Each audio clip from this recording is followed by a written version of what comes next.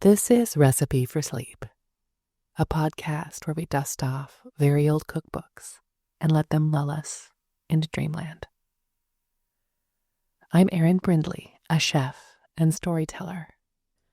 I was combing the shelves for an old cookbook that seemed appropriate for spooky season, and I came across Quick Cooking, a book of culinary heresies written by one of the heretics. The concept of the cookbook is simple enough. It's a precursor to Rachel Ray's genre of quick meals for the busy mom. But I love how the author, Flora Haynes Lockheed, frames simplifying complicated recipes as heresy against the purveying idea that the more complicated the dish, the more worthy a housewife. Then she goes on to suggest that with the time you save by not making dinner complicated, you should rest. Amen, Flora. Rest is resistance. And Flora herself was amazing. She was an accomplished author of both fiction and nonfiction, and in 1915, when she was 60 years old, she was sent on a reporting trip by the San Francisco Chronicle to Nevada to report on the discovery of opals. While she was there, she decided to buy 15 claims and spent the rest of her life mining opals. She became known as the Opal Queen, owning 4 different opal mines. My quick Wikipedia search of Flora Haynes Lockheed led me down a historical rabbit hole of this incredible woman.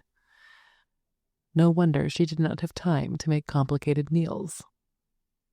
Is it worth mentioning her son started the aerospace company Lockheed Martin? Nah, let's get back to those recipes. The structure of the book is chaos.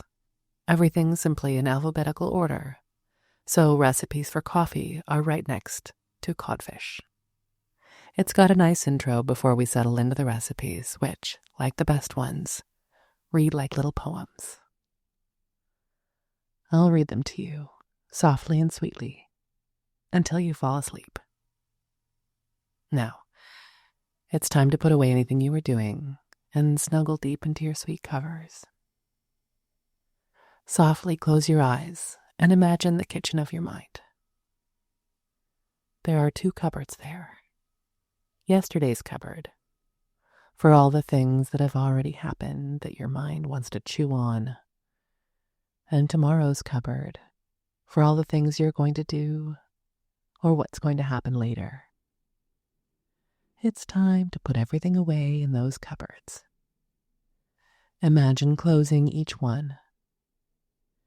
You made it to this cozy, quiet time of day where there's nothing to do but listen to me read old recipes to you until you drift off to sleep. Quick Cooking, a book of culinary heresies for the busy wives and mothers of the land, by one of the heretics. Now, good digestion weighed on appetite, and health on both. Macbeth, Act 3, Scene 4. Copyright by Flora Haynes Lockheed, 1887. Preface. This handbook of cookery contains 630 recipes, tested and vouched for by an experienced cook, 340 of which, if prepared according to the directions, can, severally or in groups, be made ready for the table in from 5 to 15 minutes, and 250 of which require from 15 to 40 minutes, or rarely an hour's time. The few remaining dishes which consume more time and are distinctly segregated from the rest are nevertheless greatly abridged, and so planned as to require the least possible attention. The editor is aware that this cookbook is a revolutionary production. It flies in the face of the accepted tradition that the woman who stands most faithfully over the cook stove is best deserving of canonization. It lays the axe to old superstitions, which would have us believe that certain elaborate ceremonies and rites are essential to the successful evolution of certain dishes.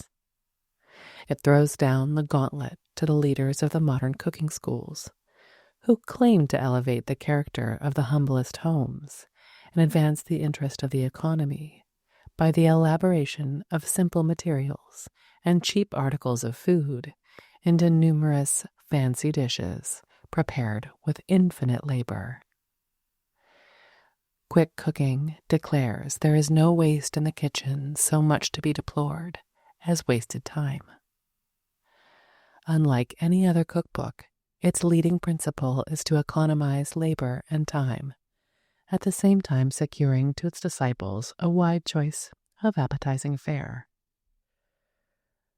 Whether the hours thus saved the busy housewife shall be devoted to rest, self-improvement, to outdoor recreation, to the training of her children, or to the discharge of other and more pressing cares, is left to her own decision. The editor assumes that quick cooking will be consulted chiefly by tired and overworked wives and mothers, who constitute by far the larger number of the housekeepers of the land. But even where there is a servant or two in the household, the book should be a welcome acquisition, for time saved to the servant is help gained to the mistress. The girl who discharges her kitchen duties quickly and methodically can help to clear the mending basket, tend the baby, look after the older children, and make herself useful in a variety of ways. Not the least important discovery arising from the experiments leading to the collection of recipes which make up quick cooking is the determination of the surprising amount of time required for many common dishes.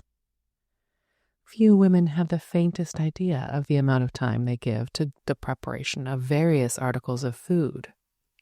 Many apparently simple dishes have been ruled out from this book because of the extravagant time they consume, when contrasted with the results achieved. As an instance of the direful waste of time of which I speak, I am tempted to quote a recipe I lately saw in one of the newspapers, attributing to one of our famous teachers of cookery. The dish is called frozen pudding, and the instructions for making it read as follows. Steep 6 bitter almonds, bruised, and the peel of a lemon, pared very thin, in a pint of milk on the stove at almost boiling point, until the flavor is well drawn out. Add 1 ounce of gelatin and a pinch of salt. Stir till gelatin is dissolved. Strain and return to the saucepan. Add half a pint of thick cream and 5 ounces of sugar. Let it all just boil. Stir in quickly the yolks of 6 eggs well beaten. Set the saucepan in boiling water and stir till thick, but be careful not to let the eggs curdle. Pour it out and stir till nearly cold. Then mix 2½ ounces of candied cherries and 2 ounces of citron cut small, or 3 ounces of preserved ginger and 1 ounce of pistachio nuts blanched. Pour the pudding into an oiled mold and pack in ice. If ginger is used, serve the ginger syrup as a sauce. If cherries, use cherry syrup or currant jelly mixed with syrup for sauce. Boil together half a cup of water and a cup of sugar to make the syrup. It is safe to venture that the preparation of this one article of dessert, which is by no means the most elaborate advanced by modern cookery schools, and which is no more delicate or appetizing than many of our 10-minute recipes, would consume a whole forenoon of the ordinary woman's time. It is quite possible that by close study and experiment, the instructions might be so far disregarded as to produce the same results in less than half the time. But it is left to the decision of all intelligent people whether any article of dessert, which will be eaten in 10 minutes by an ordinary family, justifies half a day's hard toil. Some practical suggestions. In order to accomplish the cooking for an ordinary household quickly and easily, there are other considerations quite as important as the directions for making the dishes themselves, and the editor of this book requests all consulting it to conform, as far as possible, to the following suggestions. Be systematic. No matter how your kitchen or pantry may be constructed, see that all ingredients commonly used in cooking are gathered into the smallest possible compass and always in place. Model your cooking arrangements after those of a steamer's galley, the most compact and efficient kitchen in existence. If you have not a patent meal chest with different compartments and a sliding cake board, have a solid bin of just the right height, constructed for your flour, and let your molding board inverted form the cover.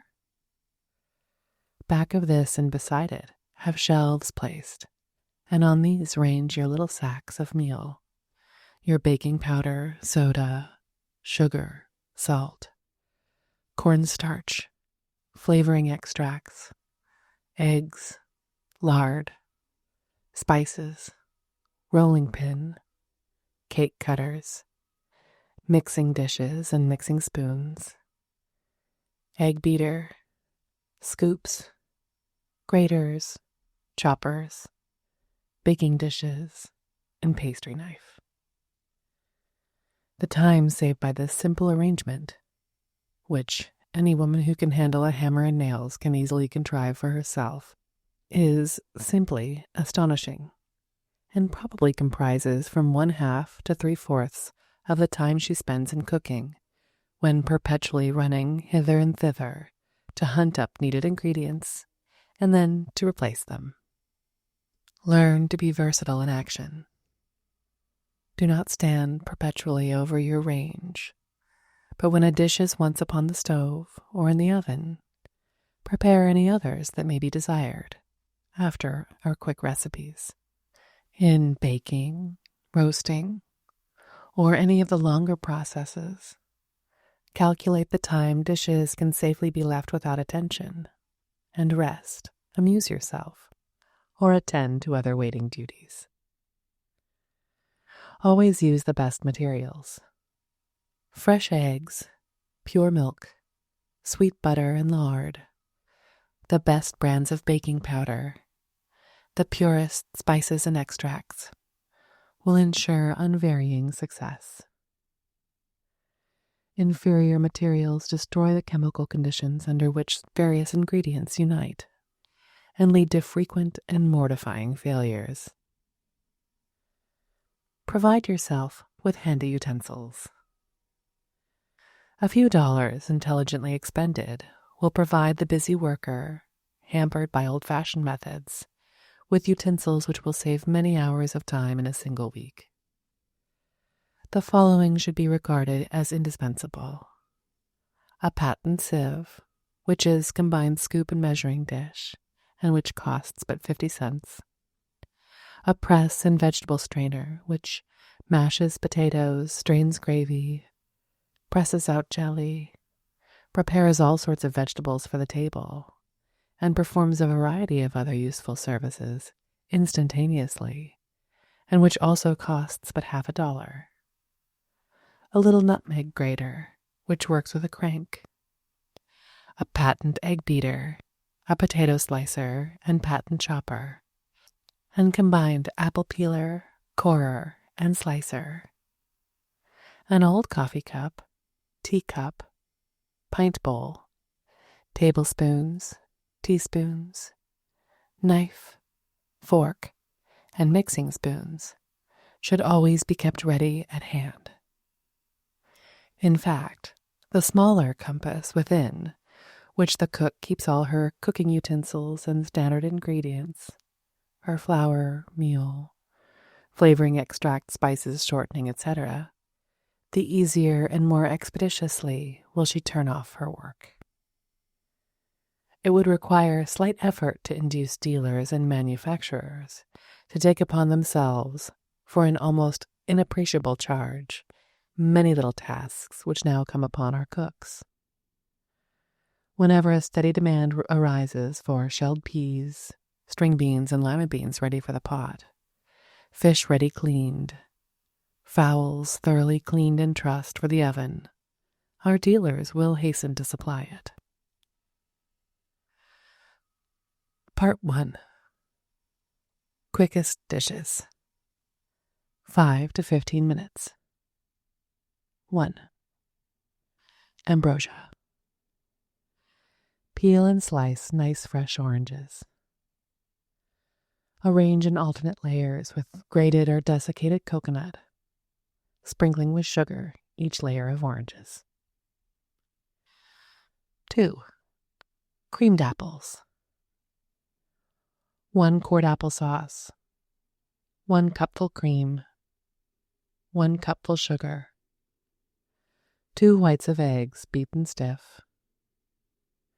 Mix the cream, sugar, and whites of eggs together and pour over the apples when cold. 3. Apple foam. 1 quart of applesauce, strained. 3 whites of eggs beaten stiff. 6 heaping tablespoonfuls powdered sugar. Beat together 5 minutes. Serve with cream or rich milk. 4. Fried apples. Core nice ripe apples. Cut into slices about 1/3 inch thick and fry in butter on a hot frying pan, browning them delicately on both sides. 5. Broma. Put even quantities of milk and water to boil. For every cupful, allow 1 even tablespoonful of broma and half a teaspoonful of sugar. Moisten the broma and sugar with just as little of the warm milk and water as it is required to dissolve it, and pour into the boiling liquid, stirring until it recommences to boil, when it is ready for the table. 6. Baking powder biscuits. 4 level cupfuls flour. 2 heaping teaspoonfuls of the best baking powder equals 3 heaping teaspoonfuls of the second quality and 4 of third-class powder. Half cupful melted butter or lard, or preferably sweet cream. 1 flowing cupful water or milk. Half teaspoonful salt. Run the baking powder through the sieve with the flour and mix it thoroughly. Stir in the milk or water in shortening. Knead lightly on the cake board. Roll out about 1/2 inch thick and cut into biscuits. Bake on a slightly buttered pan in a hot oven for 10 minutes. With all the ingredients close at hand, the biscuits can be made ready for the oven in less time than it takes to describe the process. If rolled very thin, cut small, and baked in a very hot oven, they will bake in 5 minutes, and a skillful cook can place them on a table within 10 minutes from the time she first touches the flour. 7. Bananas, fried. Cut in 2 lengthwise. Dip in a paste composed of 2 eggs, 1 level cupful flour, half cupful water, half teaspoonful soda dissolved in hot water. Fry in boiling lard to a delicate brown. 8. Banana fritters. Peel the fruit and slice it down the middle. Dip in syrup, dredge with flour, and fry in hot lard. 9. Banana tarts.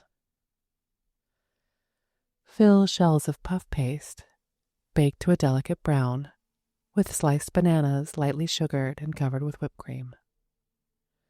Prepare the cream by 2 minutes beating with a good egg beater. For the pastry, see remarks under puff paste number 509. 10. Beefsteak, broiled. Much advice is frequently given about how to make a tough beefsteak tender, but the best advice is to never buy a beefsteak unless it is juicy and tender, and then have it cut the blessed medium of 3/4 of an inch. Season with pepper and salt, and place in a wire gridiron over glowing coals. As soon as it begins to splutter, remove it quickly and lay it for a moment upon the warm platter, that the juices which have started to flow may be preserved in the form of gravy. Repeat the process as soon as the other side has been presented to the fire. Return it to the fire and cook it until it is done, browning nicely on both sides. 11. Beefsteak broiled in a dry pan.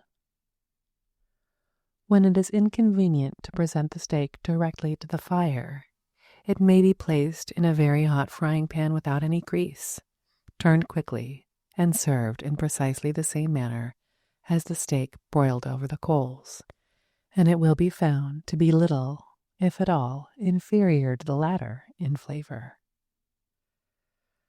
12.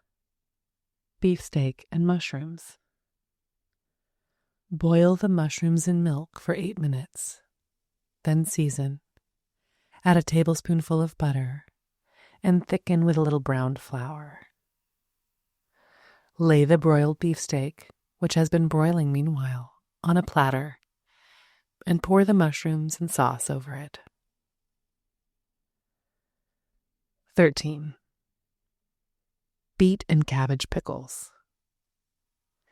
Equal quantities of raw cabbage and cold boiled beets, chopped fine.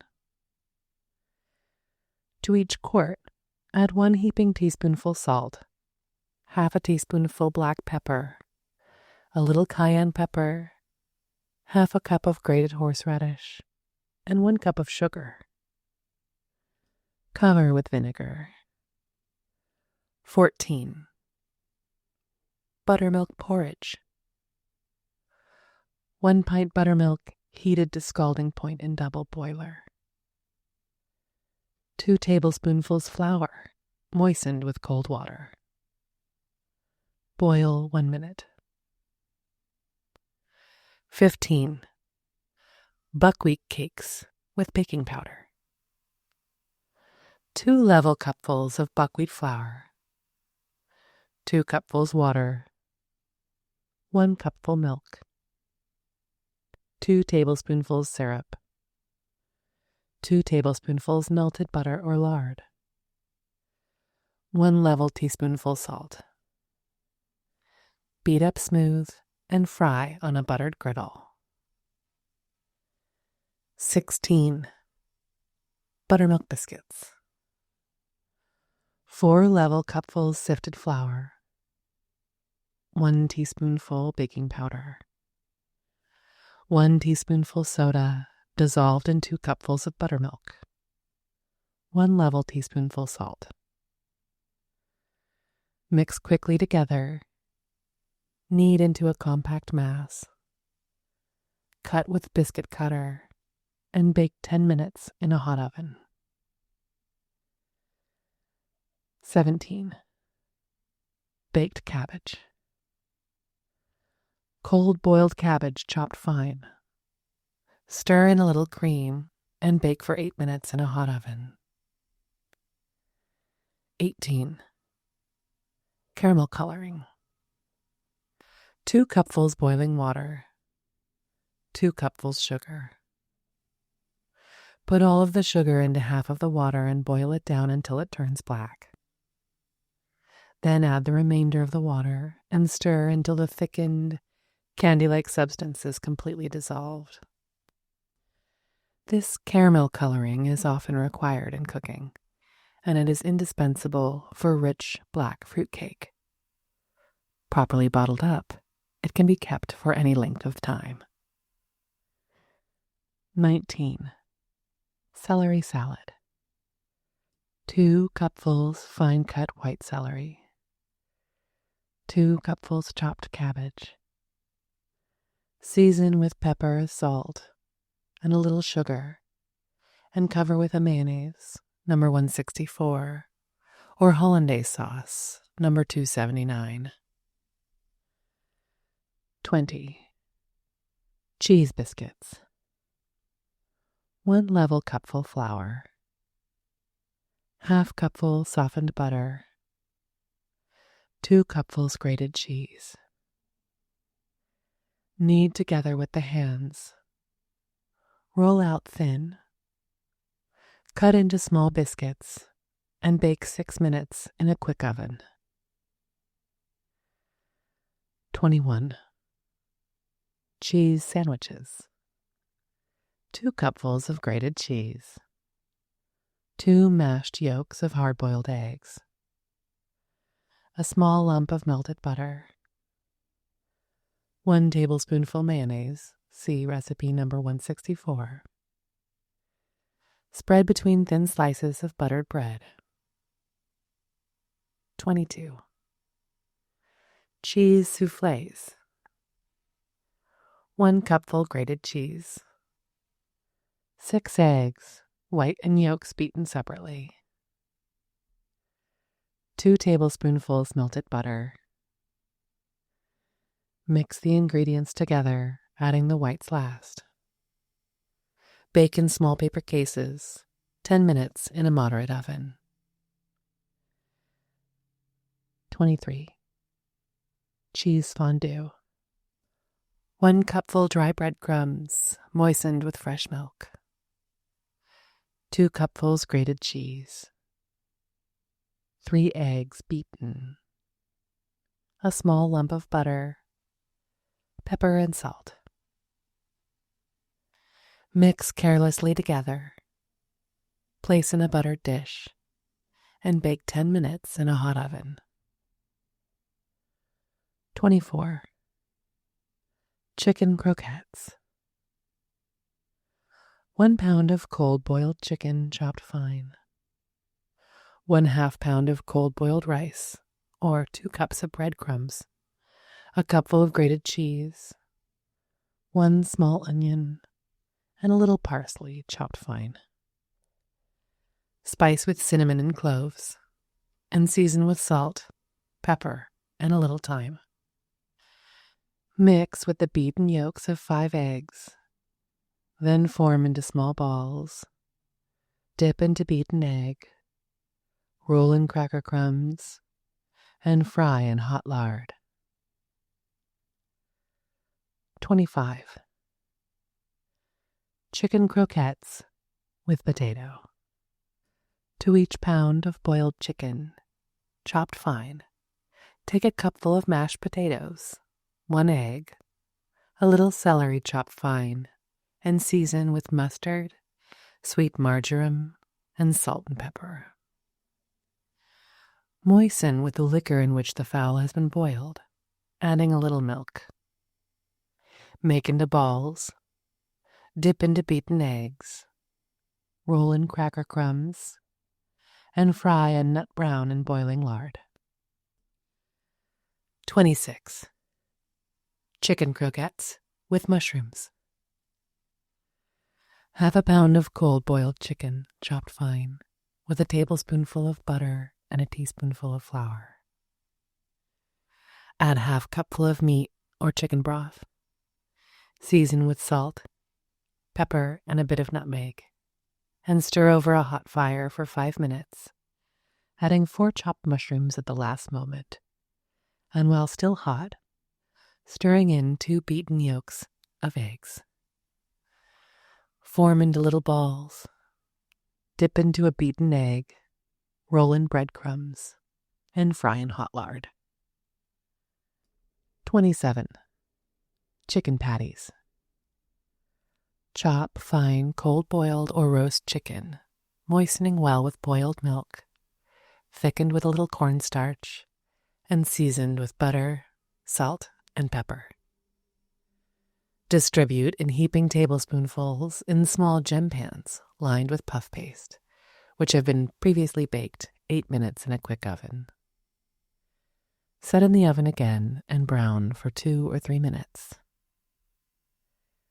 28. Chicken salad. Strip the meat from the bones of cold chicken and shred it with the fingers. Mix with celery cut fine, the chopped whites and mashed yolks of several hard-boiled eggs. Stir into this a stiff mayonnaise dressing made after recipe number 164. Press into a shape and slice when cold. 29. Chocolate cream. Half box gelatin previously dissolved in cold water. 3 cupfuls boiling milk. 1 small cupful sugar. Half cupful chocolate. Vanilla flavoring. Stir the gelatin, sugar, and chocolate into the boiling milk. Add the flavoring and pour into a mold. Serve with cream or milk. 30. Chocolate icing, boiled. Half cupful sugar. 4 tablespoonfuls water. 2 beaten eggs. 4 heaping tablespoonfuls grated chocolate or 2 tablespoonfuls cocoa or broma. Vanilla flavoring. Boil the sugar, water, and chocolate together 2 minutes. Then stir in the eggs, whipping the mixture with a fork, and boil for a couple minutes more.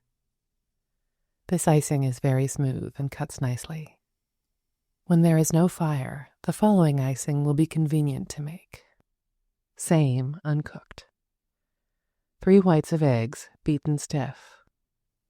1 cupful powdered sugar.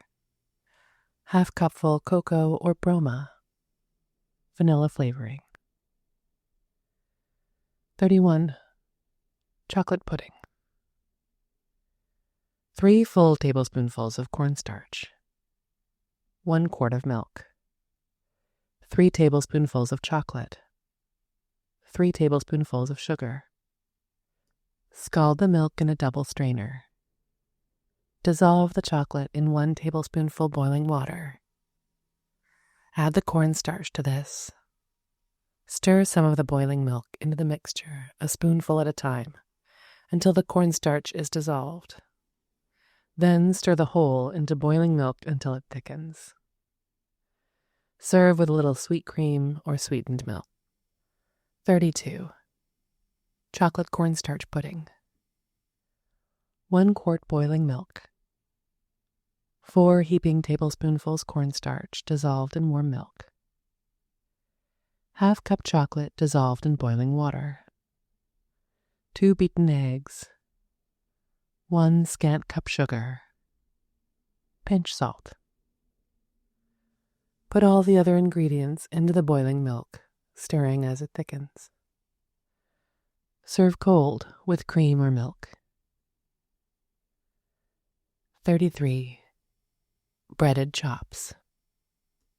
Veal, lamb, or mutton chops may be easily breaded with little outlay of time or labor, if the housewife will follow the suggestions laid down elsewhere and provide herself with a supply of cracker dust, or once a month reduce her stale bread and waste crackers to crumbs, creating a supply to be drawn upon at will. Season each chop, then dip into a beaten egg well seasoned. Roll in the crumbs, and drop into boiling lard, and fry to a rich golden brown. 34. Chops, veal, lamb, or mutton, broiled. Season with salt and pepper, and if veal, smear the outside with a little butter. Place in a wire boiler over a bed of glowing coals, turning frequently until thoroughly done, which will take from 5 to 10 minutes time according to the heat. Chops breaded and boiled. See cutlets, number 76. 36. Clam chowder. Fry a couple of sliced onions and a little salt pork at the bottom of the kettle. Put in a layer of thinly sliced potatoes, then a layer of clams, and lastly a layer of broken crackers. Season each layer as it is put in the kettle. Pour slowly in just sufficient water to cover and boil for 10 minutes. A little Worcestershire sauce will improve it. 37. Clam fritters. Chop the clams coarsely. Mix in a thick batter of milk, flour, eggs, pepper, and salt. Drop into hot lard and fry it golden brown. 38. Steamed clams. Lay the soft clams in the inner dish of a mush boiler without any liquid to them and cook 5 minutes. Serve in their shells with a bechamel sauce, number 272. 39. Clam stew. Cook the meat in its own juice with a few tablespoonfuls of water added for 5 minutes. Season with salt, pepper, and butter. Thicken with a little flour and serve on toast. 49. Cocoa. Set equal quantities of milk and water to boil together. The quantity of cocoa allowed to each cup depends much upon its strength and flavor, but ordinarily 2 even tablespoonfuls will make 3 nice cups. Add a very little sugar. Dissolve thoroughly in the smallest possible quantity of boiling water. Add it to the milk and water and let it boil up once, constantly stirring it. Note: the great fault of tyros in preparing cocoa or chocolate is either making it too weak or not thoroughly cooking the cocoa, thus making it either a very insipid or rank drink. 41. Coconut drops. 2 cupfuls desiccated coconut, half cupful fine crushed or powdered sugar, 1 white of egg beaten stiff. Mix together and drop on buttered paper. Bake 10 minutes. 42. Coconut layer cake. For layer cake, see recipe number 145. 2 whites of eggs beaten stiff, 8 teaspoonfuls powdered sugar, 1 cupful prepared coconut, moistened slightly with hot milk. 43. Golden coconut pudding. Yolks of 4 eggs, white of 1 beaten, half cupful powdered sugar, 1 pint sweet milk, 6 tablespoonfuls of grated coconut. Bake 15 minutes. Remove from oven, cool a little, and cover with a meringue made from the whites of 3 eggs beaten to a froth with 3 tablespoonfuls powdered sugar. Brown 3 minutes in hot oven. 44. White coconut pudding. Whites of 5 eggs whipped to a froth, half cupful powdered sugar, 5 tablespoonfuls grated coconut, 1 cupful of sweet milk. Stir together and bake for 10 minutes in a hot oven. Serve with cream or milk. 45. Codfish balls. Equal quantities of boiled codfish, minced fine, and mashed potatoes, beaten together with 2 or 3 eggs and a little butter. Fry in hot lard or butter. Codfish puffs. Make up codfish balls after foregoing recipe, placed in a buttered gem pan, butter the tops, and bake in a hot oven. 47. Coffee the good old-fashioned way. Be sure to have good coffee, freshly roasted, freshly ground, and very coarsely ground. Old government Java is generally preferred by epicures, but Mocha and a mixture of Java and Rio also have their patrons. Allow 4 heaping tablespoonfuls of ground coffee to 1 quart of water. Put the water in the coffee pot and when it is boiling briskly, put in the coffee, which has been previously moistened with cold water. Boil 1 minute, then dash in a half a cupful of cold water and let it stand still in a warm place for 3 minutes before serving. French drip coffee. Allow 6 tablespoonfuls of ground coffee to every quart of water. Place the coffee in the perforated dish inside of the pot. Pour the water slowly through it, repeating the process several times. The chief advantage of this process is that the liquid coffee, not having the grounds in it, can be kept at the boiling point without deteriorating. 49. Coffee other ways. Some people make a very nice quality of coffee by suspending the coffee in a muslin bag inside of the pot, a process similar to the French process, and even more perfect. A very common practice is to stir up a white of an egg with the ground coffee before putting it in the pot. Some cooks use a whole egg, while others believe they clarify the coffee by simply placing an eggshell in the coffee pot. 50. Coffee cream. Half packaged gelatin dissolved in cold water. Half cupful strong liquid coffee. Half cupful sugar. 1.5 cupfuls sweet cream. Mix the coffee, sugar, and gelatin together and bring to a boil. When slightly cooled, stir in the cream. Pour into a mold previously dipped in cold water. Serve with milk or cream. 51. Coffee jelly. 1 packaged gelatin soaked in 1 pint cold water. 1 quart boiling coffee. 1 cupful sugar. Put the gelatin and sugar into the coffee and bring to a boil. Strain into a wet mold. 52. Cold meat and breadcrumbs. Cold meat seasoned and chopped fine, laid in a shallow earthen baking dish, and covered with breadcrumbs well seasoned with a beaten egg and a little milk. Brown in a hot oven for 5 minutes. 53. Corn oysters. 2 cupfuls cold-boiled or canned sweet corn, grated or chopped fine. 2 beaten eggs. Half cupful flour. Half cupful cream or milk. 1 teaspoonful baking powder.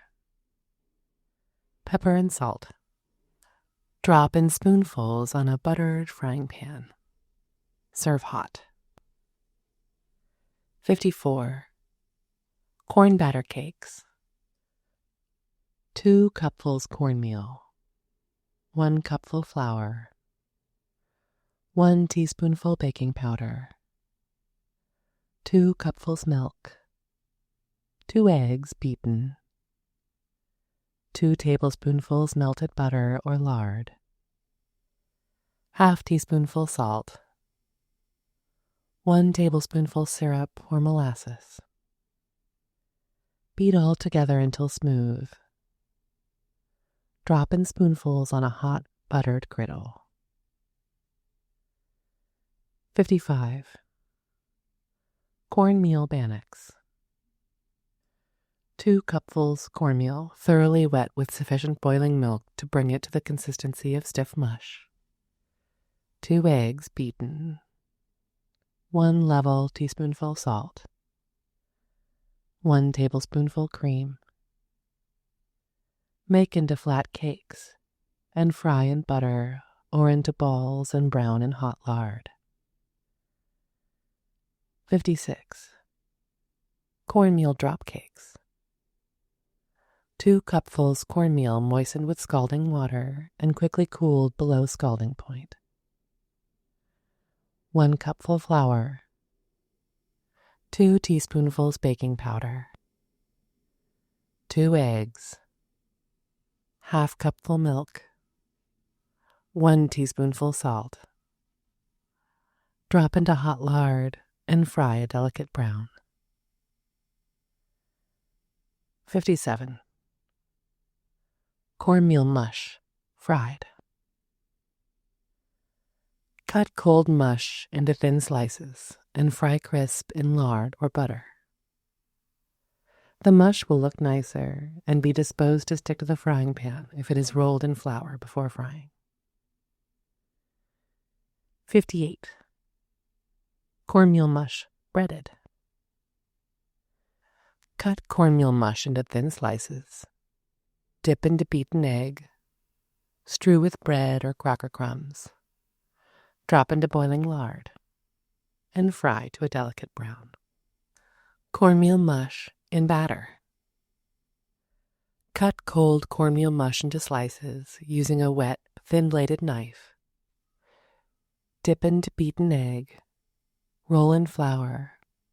Drop into hot lard and fry to a nice brown. 60.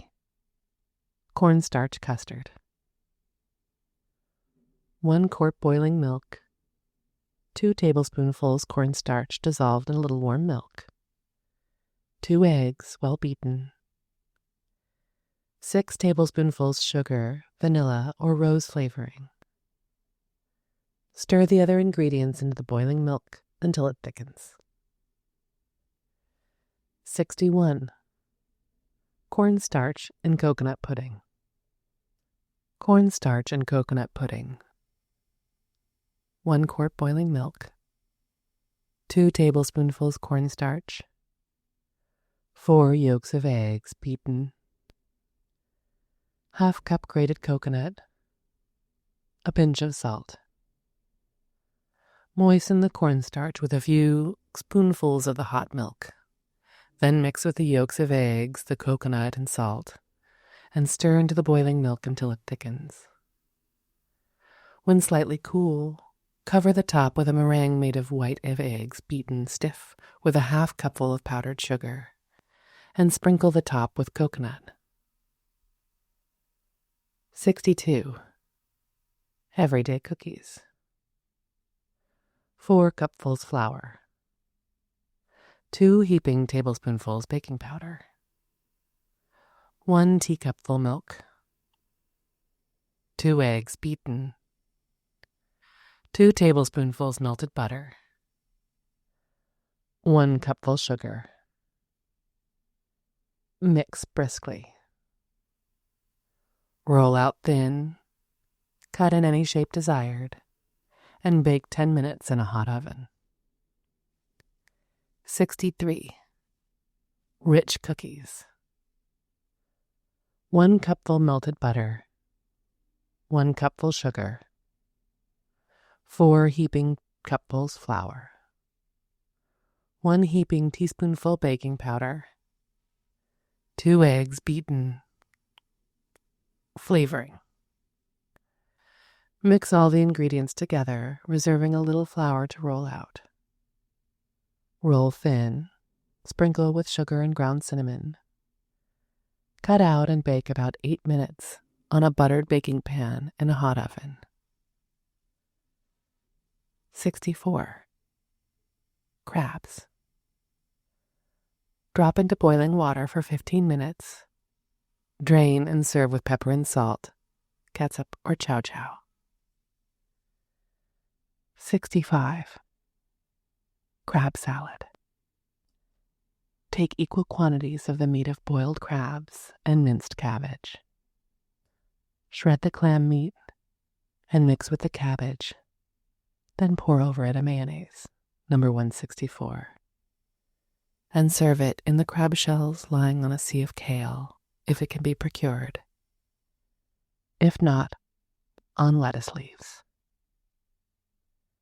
66. Cracked wheat pudding. 2 cupfuls cracked wheat mush. 1 cupful milk. 2 beaten eggs. Half cupful sugar. A handful of raisins or currants. Bake 12 minutes. Sweet dreams.